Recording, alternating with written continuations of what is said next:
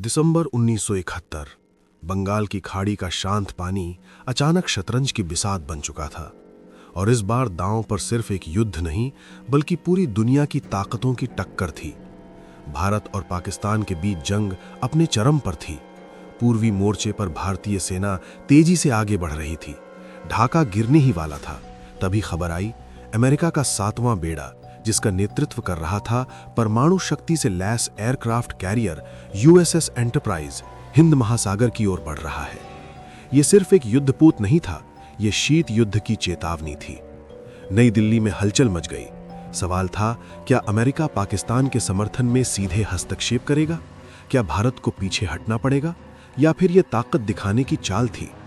भारतीय नौसेना को एक गुप्त आदेश मिला, हर हाल में यूएसएस एंटरप्राइज की गतिविधियों पर नजर रखो। खुले टकराव से बचना था, लेकिन हर कदम मापा हुआ होना चाहिए था। सोवियत संघ भी सक्रिय था।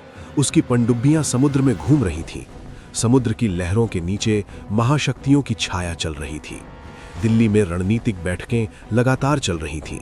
प्रधानमंत्री इंदिरा गांधी पर दबाव बढ़ रहा था। एक गलत फैसला और भारत अमेरिका सीधा आमना सामना कर सकते थे। परमाणु हथियारों से लैस दो गुट आमने सामने आ जाते तो अंजाम क्या होता, कोई नहीं जानता था। भारतीय नौसेना ने अपने संसाधनों के साथ सीमित ताकत में उस विशाल अमेरिकी जहाज की हर गतिविधि को ट्रैक करना शुरू किया।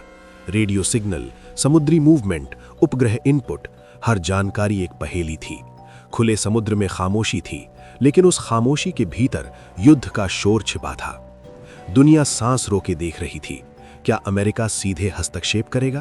क्या सोवियत जहाज टकराव की स्थिति में आ जाएंगे या ये सिर्फ शक्ति प्रदर्शन रहेगा? ढाका में समय तेजी से बीत रहा था। जमीनी मोर्चे पर जीत करीब थी, लेकिन समुद्र में एक अदृश्य खेल चल रहा था। और उस दिसंबर की ठंडी रातों में बंगाल की खाड़ी सिर्फ पानी नहीं थी, वो इतिहास का वो मोड़ थी जहां एक गलत कदम पूरी दुनिया को आग में झोंक सकता था।